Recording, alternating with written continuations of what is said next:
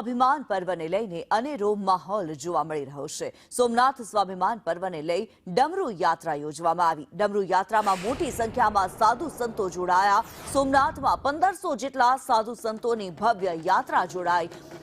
સોમનાથના ઇતિહાસમાં પ્રથમવાર સાધુ સંતોની રવેડી નીકળી।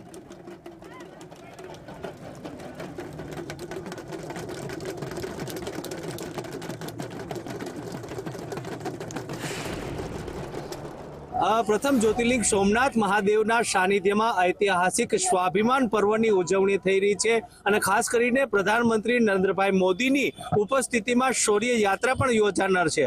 સોમનાથ મહાદેવના શીશ નમાવી અને આજના દિવસે શ્રીપંત દશનામ જૂના અખાડા, આવાન અખાડા અને અગ્નિ અખાડાના હરેક સાધુ આજે ઓછામાં ઓછા 1000 થી 1500 સાધુ બધા ભેગા થઈ આજે ડમરૂ યાત્રા અને સાંજના એક જે અમારી જૂની પ્રણાલિકા જે છે રવાયડી જેને કહીએ અને શોભાયાત્રા જેને કહીએ, તો આજે દિગંબર સાધુ પોતાની શોભાયાત્રા શંખ સર્કલથી ભગવાન સોમનાથના પ્રાંગણની અંદર જશે।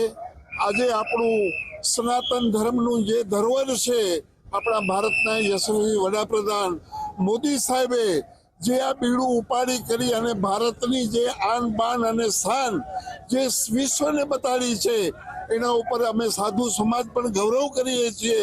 પ્રભુ એક તો કુંભ મેળાની અંદર અમારી રવાડી નીકળે છે અને એક પ્રભુ ગિરનારની અંદર નીકળે છે અને આ પ્રથમ રવાડી સોમનાથની અંદર આ પ્રથમ વખત રવાડી છે।